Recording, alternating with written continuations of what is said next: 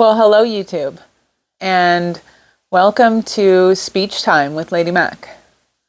Author Carissa McIntyre here, and I am going to pretend that I did not already record a really awesome 10-minute video for you guys where I went off script a little bit and I improvised about my public speaking and some incredible things, and it was so well done.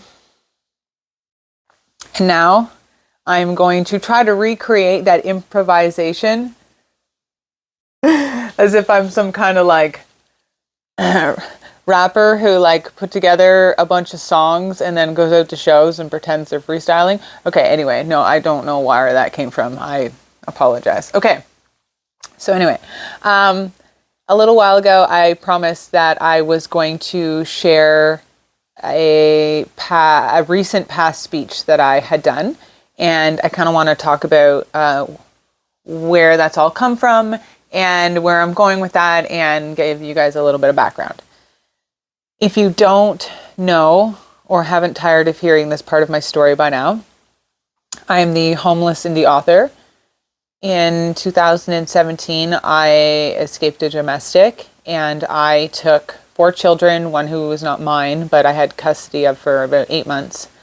And we went and stayed in the women's shelter in my city for 7 weeks while I rebuilt my life. And during that time, I had just kind of self-published a book. And I didn't really know what I was doing. I just jumped all in. And it kind of turned itself into a bit of a business. And I ran with it. And in amongst that, and going forward over the next while, I was asked to come and share my story at some places where it would benefit them. And not necessarily my story, like the nitty gritty details of like what I went through or anything like that. But more importantly, the steps that I took to kind of restart my life, the resources that are available, the funding, what's around in my city, a lot of different avenues. A lot of different places I received support and funding.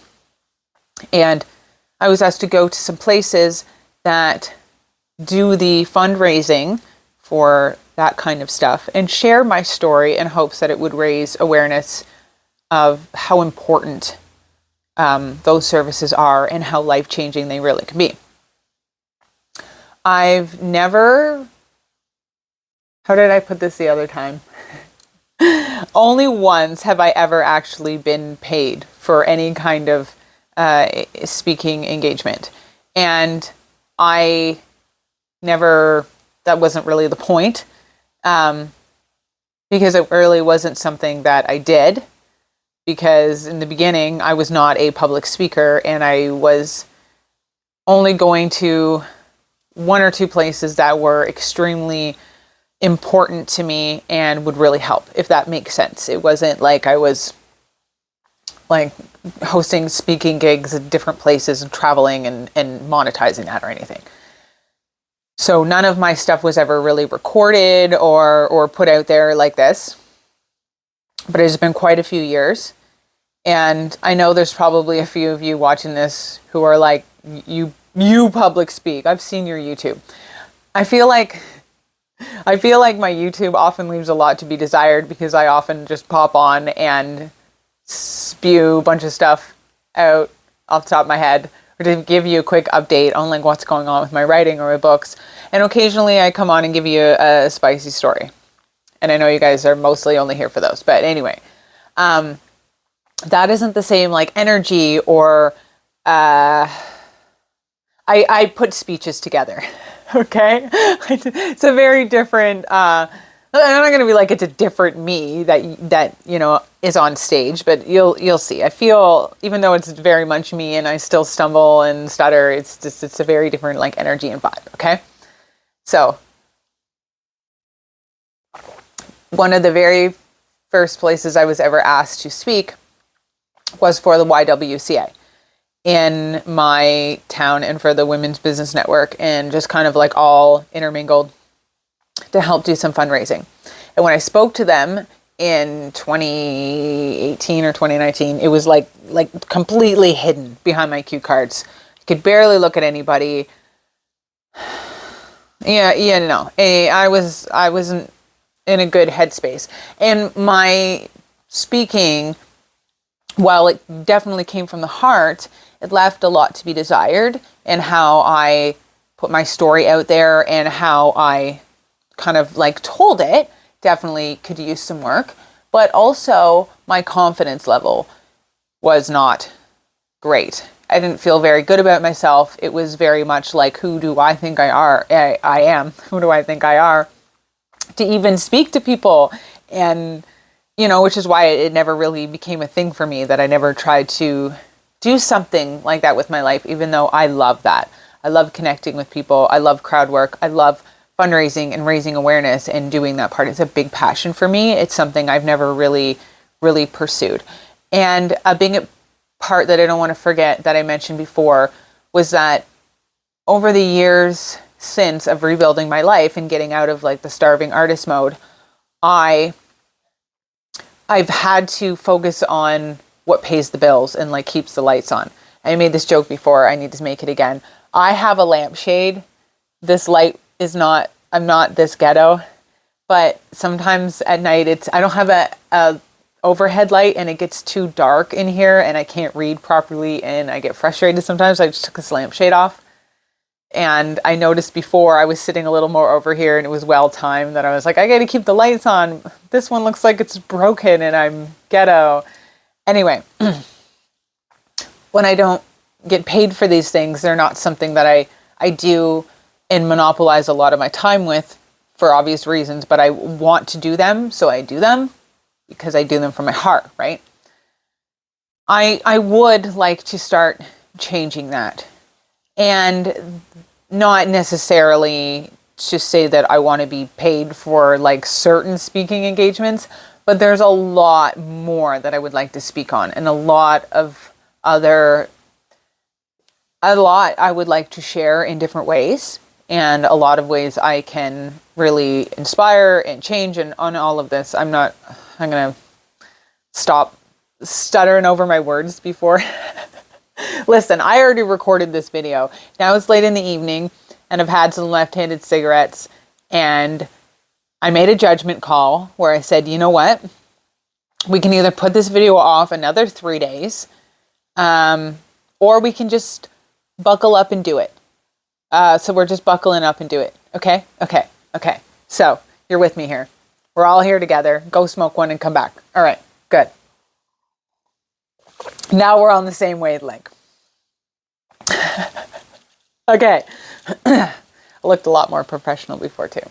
All that's to say, I'm going to share some of this speech because it was unintentionally captured. I was asked to come back and speak for the WBN Business Network, the Women's Business Network, the YWCA, this year at their Christmas event. And it was an incredible experience to come back and look everybody in the eyes when I talked to them. It was an incredible experience to put such a powerful speech together and not pick myself apart and feel awful while I did it, but actually feel really empowered and inspired and incredible and proud of myself. This is huge, right? This was huge for me. And my best friend was there and captured it. It's cut up into a few segments because there was like a waiter walking by, and I don't know. I'm just really grateful it was recorded. Like it wasn't planned, right? So the sound's not bad, actually. I expected it to be worse, especially because I did share a little clip of it in my stories, and that clip isn't as clear as these ones are, but maybe it's because I'm like dead center with the microphone, like just owning the stage. So please enjoy.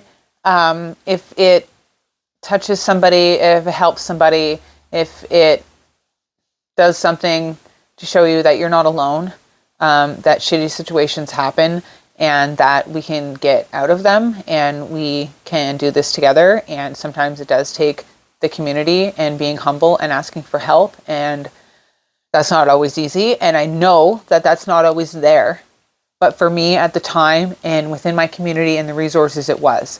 And if there's a way that I can help make that more available to other places and other situations, amazing. And again, like, I'm not saying going forward I'm making it a thing to like monetize every situation or wherever I go, but would it be nice to be able to help keep the lights on while still empowering and helping and inspiring and fundraising and bringing some awareness and sharing some love? Yeah, I think I can do all of those things, and I think that's okay to ask for. So all of that's being said, this is way longer now, and I feel like I've missed some really key points. But anyway, here is the speech from my my most recent speech in December of 2024. Thank you for being here. Thank you for watching. I don't want to say anything silly because this is a really it's a more important video. So I'll have more updates on book stuff and other things coming in a following video. Thank you so much. Love y'all. Lady Mac out. And give a warm winter wonderland welcome to the incredible Lady Mac XO.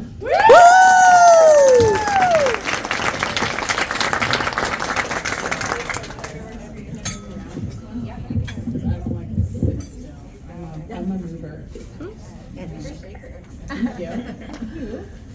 Well, it's so nice to see all your beautiful smiling faces here tonight. Actually see them. Can you guys all hear me? So some of you are familiar to me, some of you are new, some of you I know of, but I'm just really grateful that I can see you all. So for those of you 17, 18, 19, I don't really know. A lot of that time in my life was a pretty dark blur. I spoke here to you all once before, except it was probably more like this. Like really hiding behind my cue cards. I'm not a public speaker, and to be honest, since then I've never had any real training or education or anything. I say a lot, I stumble over a lot of things.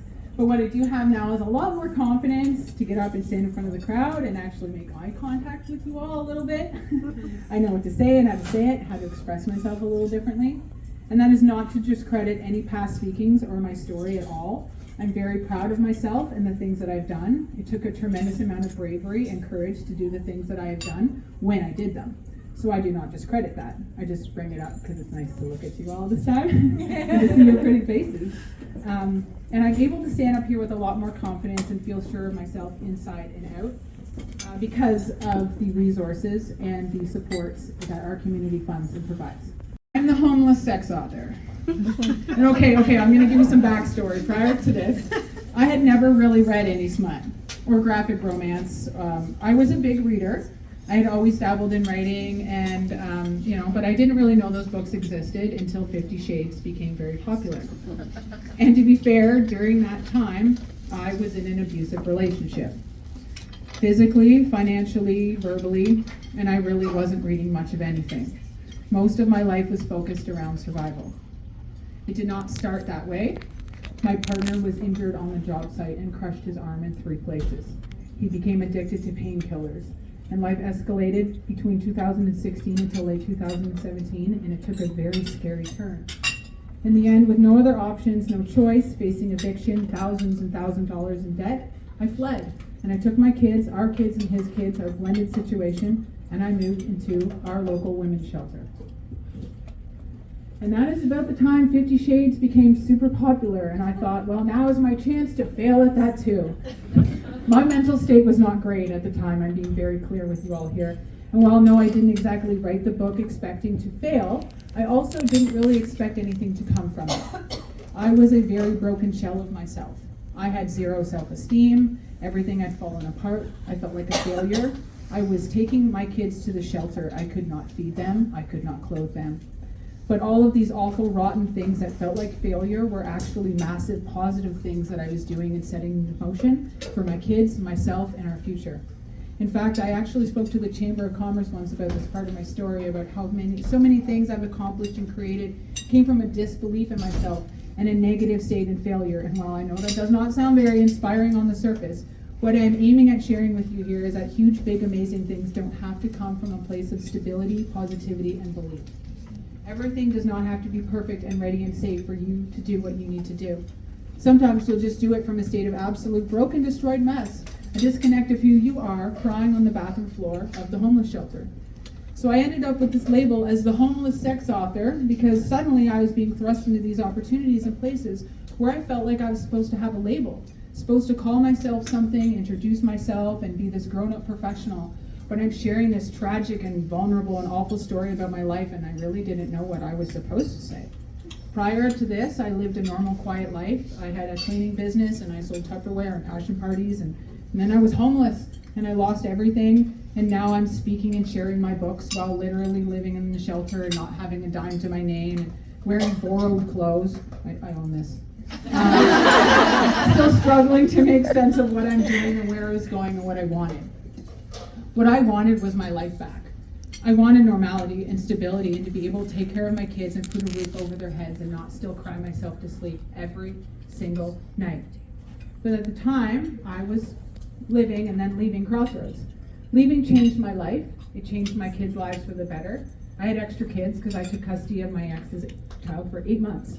That also left me another many thousands of dollars in debt. I had no money for bread or milk, and everything felt very yucky and awful. And all of that, I wrote my book and I posted it on Facebook and I went live and I mumbled into the camera like, anybody want to buy a sex book? And people so while I'm living in the shelter, I'm signing myself out because that's what you do. There's a lot of safety and protocol that goes into that place for very strict and good reasons. And I went and I had a meeting at Chapters about putting my local book on the shelf there while I have negative $32 in my account and I am homeless. And then I'd sign myself out and go to the innovation cluster and welfare office, and I'd go to those places and say, I'm desperate and I'm broke, but I have a book. And for some reason, although I don't really know why, I have a lot of determination and passion to share this and use this in myself and my story, and maybe I can make something out of it into a business. I didn't really believe in myself or where it could go, but other people did and encouraged me and pushed me through. My friends, people who did not give up on me during those darkest times of my period of that in my life. I have met some of the most incredible people in our community from that place. I have healed and grown in ways I have never known possible from the people around me that lifted up and supported me and who understood me and gave me a safe space to heal. So I start my life over and people believe in me and I write a second book and now I'm not actually homeless anymore and I create a business around it and things began to change and that's when I'm being asked to go places and share my story and give speeches and I'm hiding behind my cue cards.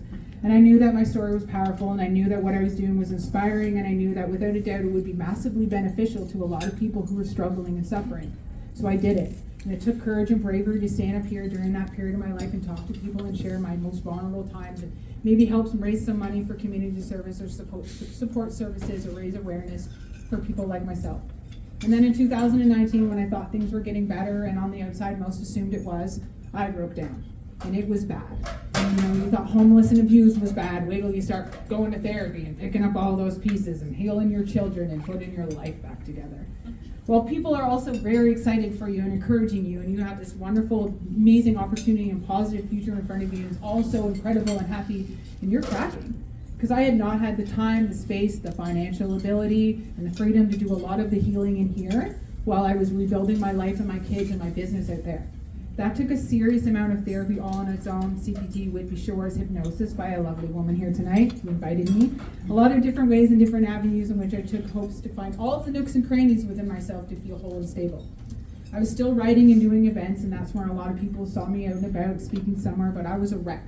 I could still not feed my kids with all of that debt. I was left over $30,000 in debt. I was still crying myself to sleep more often than not, still feeling very defeated even though some parts of my life were starting to flourish.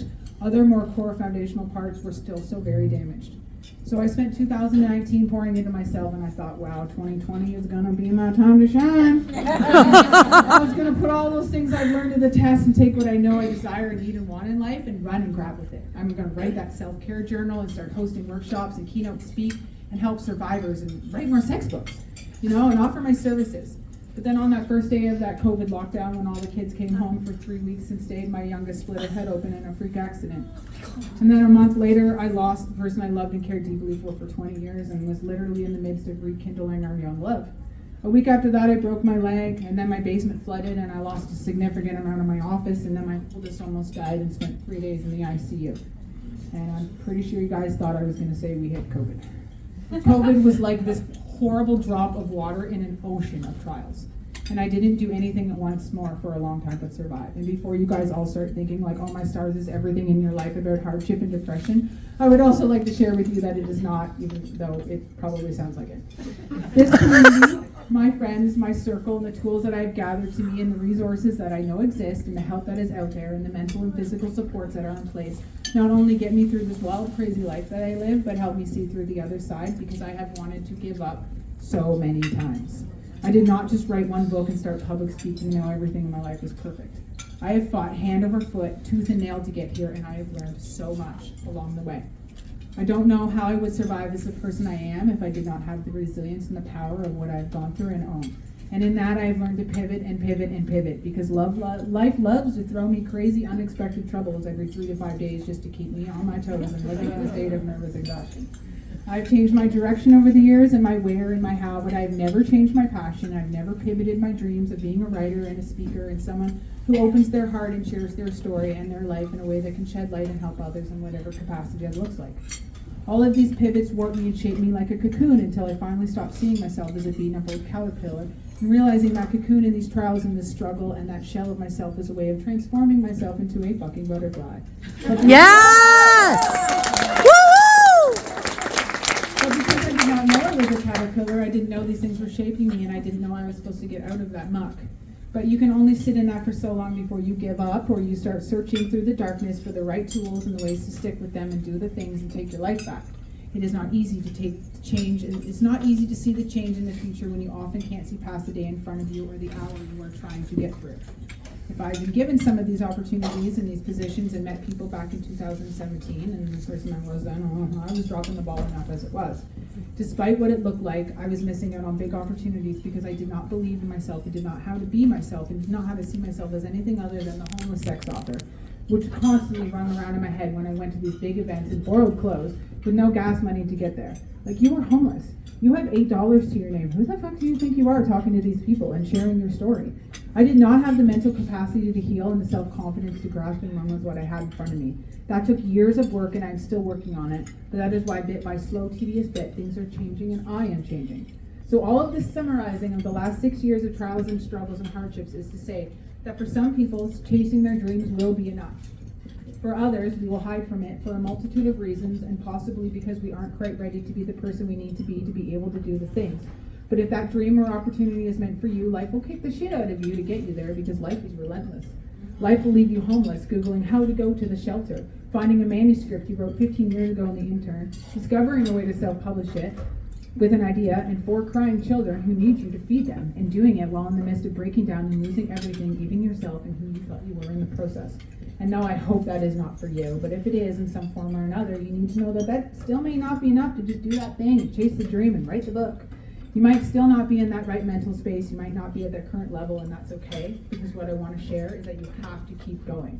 If it is in your heart and your soul, you keep going even though you're not at that level, not burst from that mucky cocoon into the butterfly you're supposed to be, even if you don't know yet that that shit you're in is a cocoon. You keep going even when things are really good for a year, and then suddenly they fall apart again, and you're still thousands of dollars in debt, and you don't know what the next move is supposed to be, even though things are supposed to be better now. You keep going even though you're fighting and fighting for a better life for your kids, and you get them taken care of, and you get their custody and therapy, and then you're just too tired to properly care for yourself anymore, and you don't want to. You keep going. You find the people that support you. You pivot and pivot over different avenues, but you do not lose that sight of your dream, and you let people help you.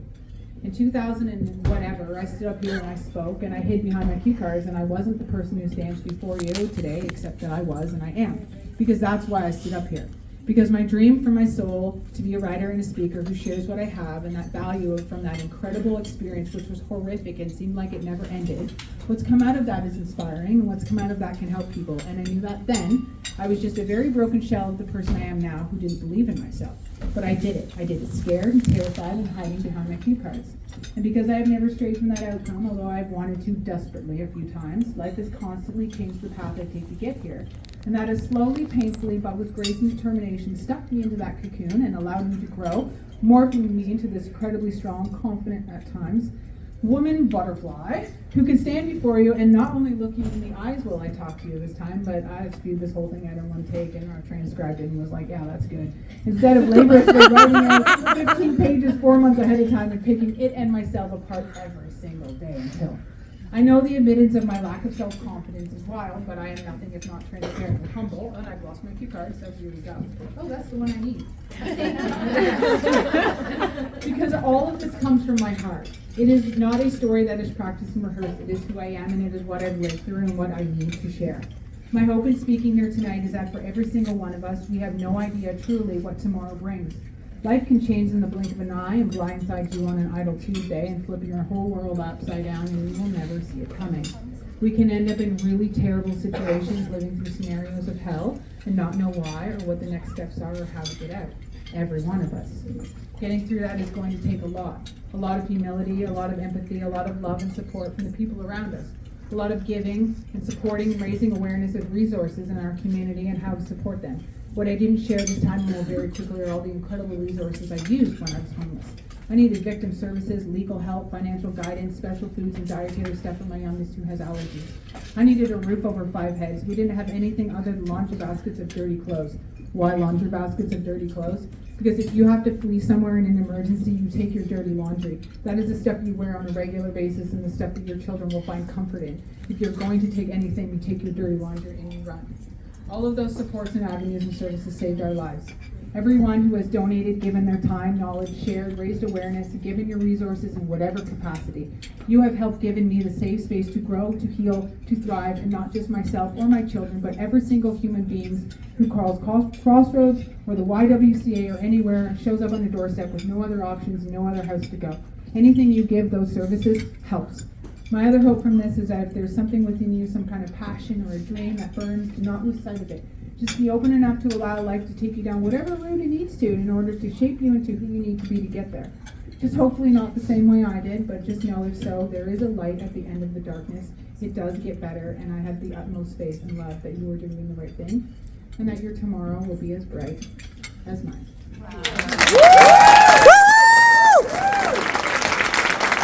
We love you!